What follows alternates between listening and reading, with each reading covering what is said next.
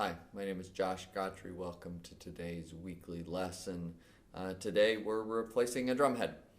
A couple things you need when you're going to do this process. Of course, the new head, a drum key, which will, of course, loosen all the lug nuts, remove the old head, and allow you to tighten and tune the new head. Also, a paper towel.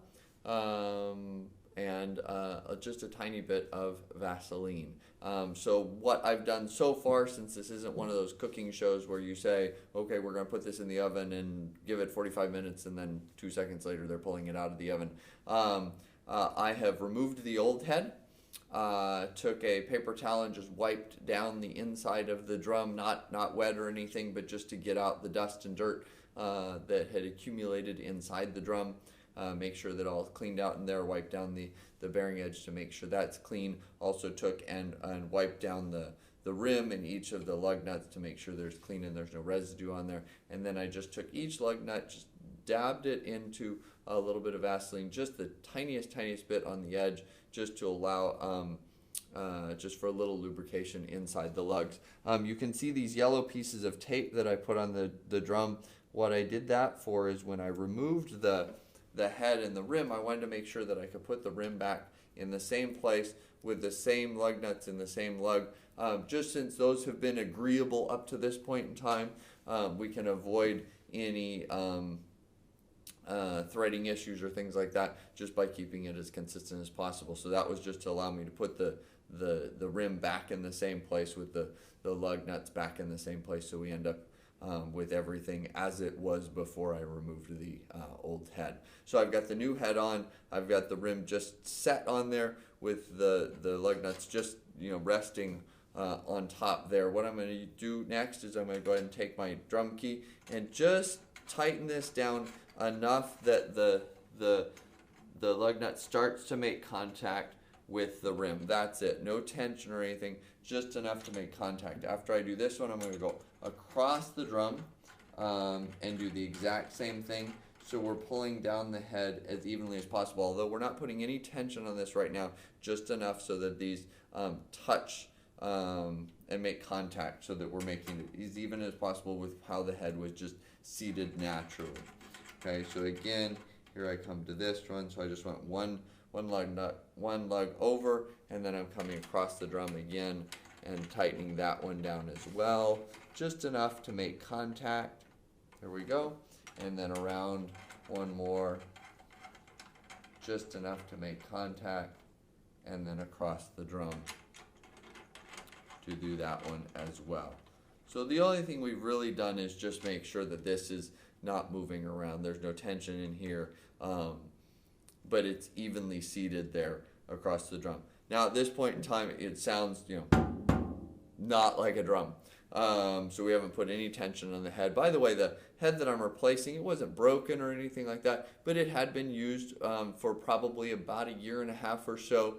Didn't quite have the response in life that it should have, and so it was about time to replace it. And I'm replacing actually all the heads on the same drum set at the same time, just for consistency of sound. Obviously with only 10 minutes, you're gonna only see me do one. So here we go. Now that we've got that seated, what I'm gonna do is I'm gonna go back to the first lug that I started with. I'm gonna go ahead and give it, there's a half a turn and another half a turn. And then I'm gonna go across and do the exact same thing. Half a turn and another half a turn. Go around one, half a turn, and another half a turn. Go across, half a turn, another half a turn. Go around the drum one more time, half a turn, another half a turn, and across, half a turn, and another half a turn. And what I just ensured is by keeping track of that, I made sure that I put the same amount of tension on each lug. Now obviously as we get to the end, I'll start to fine tune it and use pitch to reference the tuning, but this keeps me real close. Now we've got kind of a pitch. Certainly not where we want this to be for this small tom, but at least we're getting closer. I'm going to go just 1/2 turn this time, each time, and you can hear a little bit of the cracking noise as the head starts to settle and be stretched, and that's perfectly normal.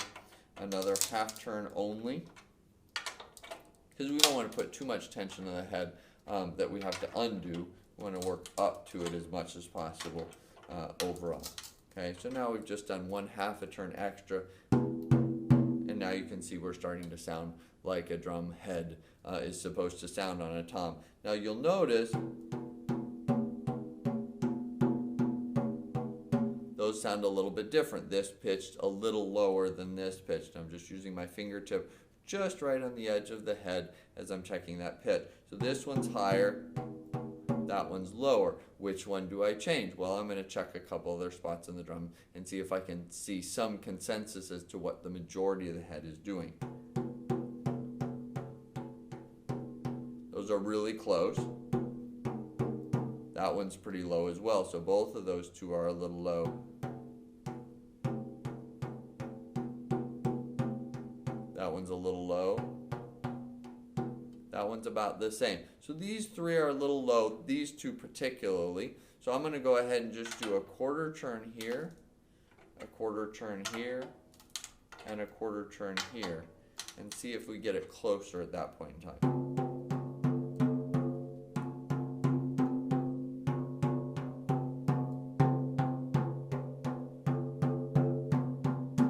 Still, this one's the lowest, but we're a lot closer than we were before. And I go through this process. Sometimes you want to go ahead and take your hand and just push in the center of the head just to clear it out evenly and reset and check and see what your tuning is. You go through that process until you feel like all of the pitches on this side are done. With a tom, you also want to check the bottom head as well to see if you can get match tuning on this head and match tuning on this head for each lug. And then depending on how you like to tune your drums, some people like to tune this head and this head the same pitch. Some like them a different interval between the heads to make a particular sound or resonance based on that tuning. So that's kind of up to you. Certainly you can try some different things and see what sounds best on your drums with the heads that you choose to use. But there's the process. Hopefully that helps next time you need to change some heads. And good luck with that. Have a great week.